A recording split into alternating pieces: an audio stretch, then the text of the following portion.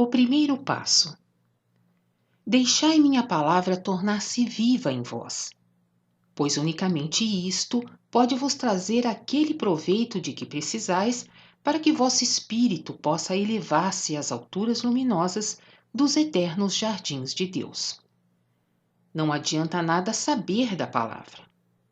E mesmo que possais saber de cor a minha mensagem inteira, frase por frase, a fim de instruirdes a vós próprios e aos vossos semelhantes, não adiantará nada se não agirdes de acordo, se não refletirdes no sentido da minha palavra e se em toda a vossa existência terrena não vos enquadrardes nela como sendo uma coisa natural, que se impregnou em vossa carne e em vosso sangue e que não se deixa separar de vós.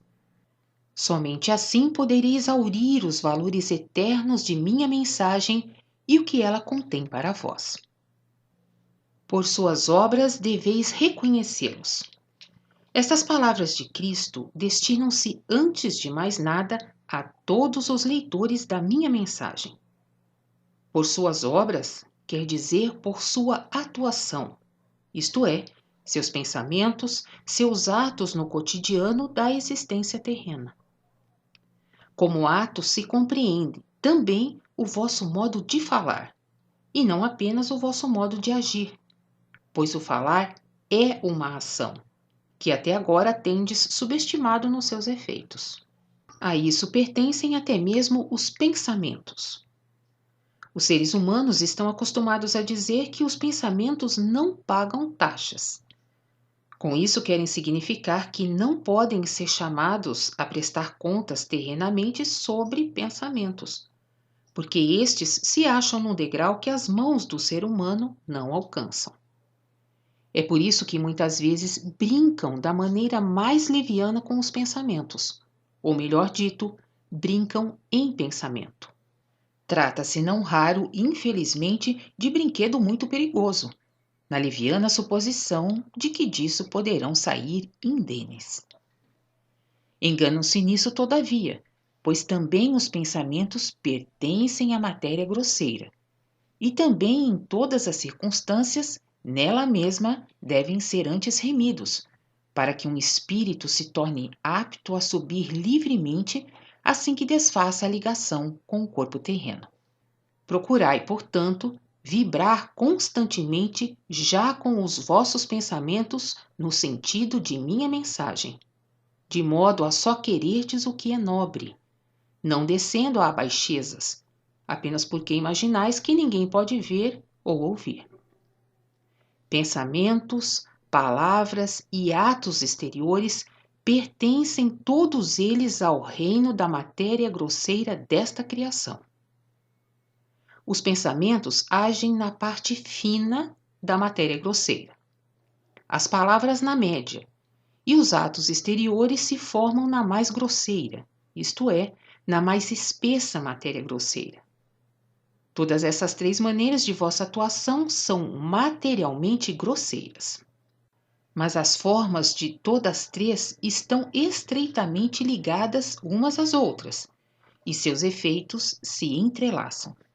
O que isso significa para vós, e como muitas vezes pode se tornar incisivo e determinante no decorrer de vossa existência, não podeis calcular no primeiro momento. Não significa outra coisa senão que também um pensamento, automático em sua espécie, pode, continuando a agir, fortalecer uma contextura de igual espécie e assim dar ensejo a formas mais vigorosas na matéria grosseira média, bem como, seguindo nesse fortalecimento e continuando a agir, redundar numa forma atuante visível na matéria mais grosseira, sem que pareça que vós próprios coparticipeis diretamente. É abalador saber disso quando se conhece a leviandade e displicência no pensar dos seres humanos terrenos. Assim, vós sois coparticipantes sem saber de muitas ações que qualquer um dos vossos semelhantes realiza, somente porque este recebeu o fortalecimento pela forma que acabei de esclarecer, que o habilitou a executar materialmente qualquer coisa até então latente nele, e com a qual antes sempre brincava apenas em pensamento. Muito ser humano assim frequentemente desaprova uma ação qualquer de um seu semelhante, rechaçando-a e condenando-a com ira, quando na verdade, perante as leis eternas de Deus, é um corresponsável.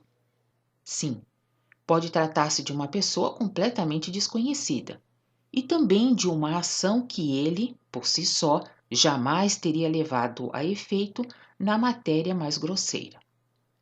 Refleti, pois, em tais processos, e então compreendereis de maneira certa o que vos conclamo na minha mensagem.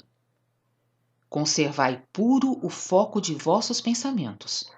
Com isso, estabelecereis a paz e sereis felizes.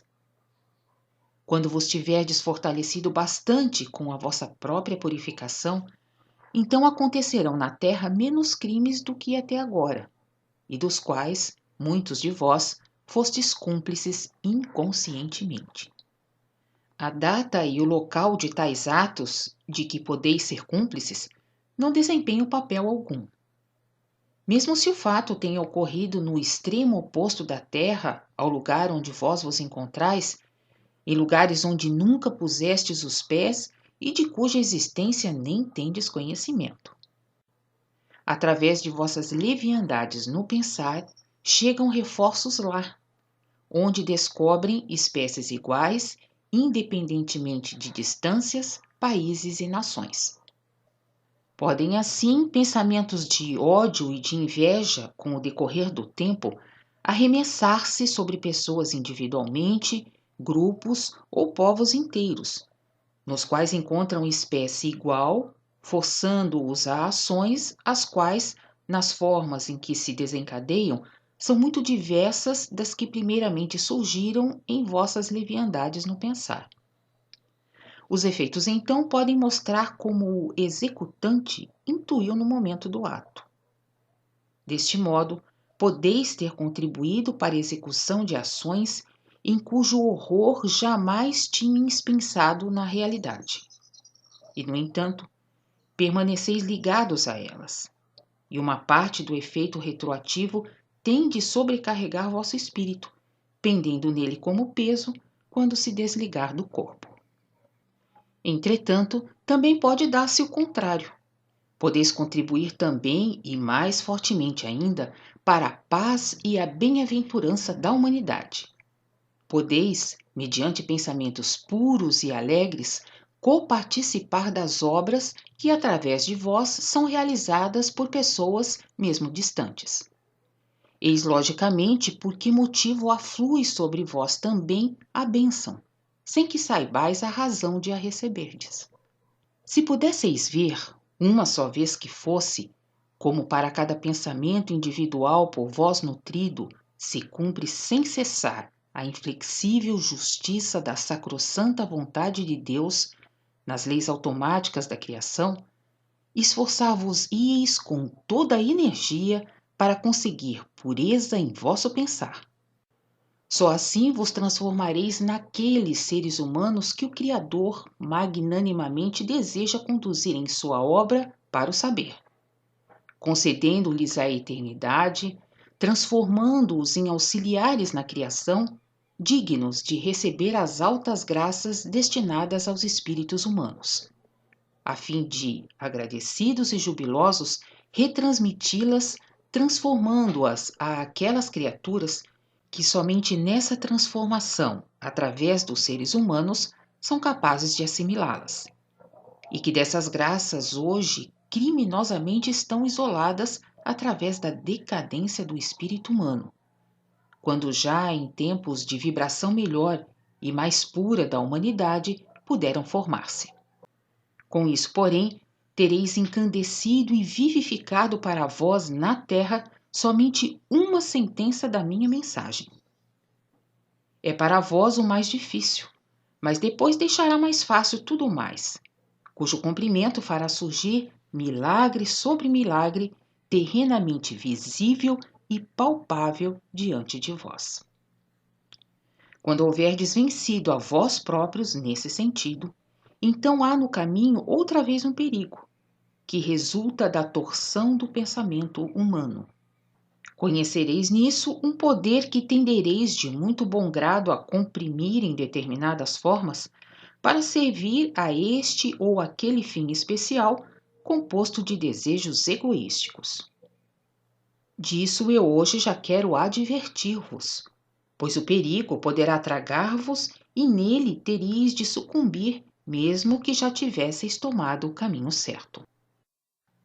Acautelai-vos de querer obter à força, lutando, essa pureza de pensamento, pois desse modo a comprimireis em determinadas direções e vossos esforços se transformarão em ilusão, ficando forçada somente artificialmente, e jamais poderia ter o grande efeito que deveria.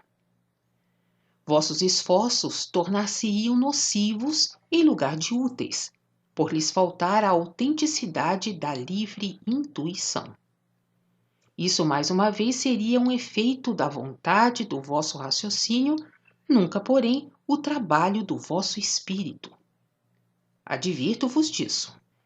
Pensai na palavra da minha mensagem, que vos diz que toda verdadeira grandeza só pode residir na simplicidade, já que a verdadeira grandeza é simples. A simplicidade a que me refiro aqui, vós certamente podereis melhor compreender se colocardes nesse lugar, como termo de transição, o conceito humano-terreno de singeleza. Isso talvez esteja mais perto da vossa capacidade de compreensão e acertareis. Não será com vontade mental que podereis dar aos vossos pensamentos aquela pureza a que me refiro, mas sim, singelamente e sem limites, tem de brotar em vós a vontade pura, partindo da vossa intuição, e não comprimida numa palavra a qual apenas limitadamente pode deixar surgir um conceito. Assim não deve ser, mas pelo contrário, um impulso ilimitado para o bem, que seja capaz de envolver o surgimento de vossos pensamentos, penetrando-os antes mesmo de tomarem forma.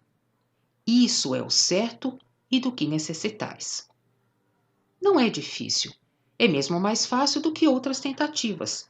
Tão logo deixeis a singeleza governar, na qual não há possibilidade de surgir a presunção intelectiva da própria capacidade e da própria força.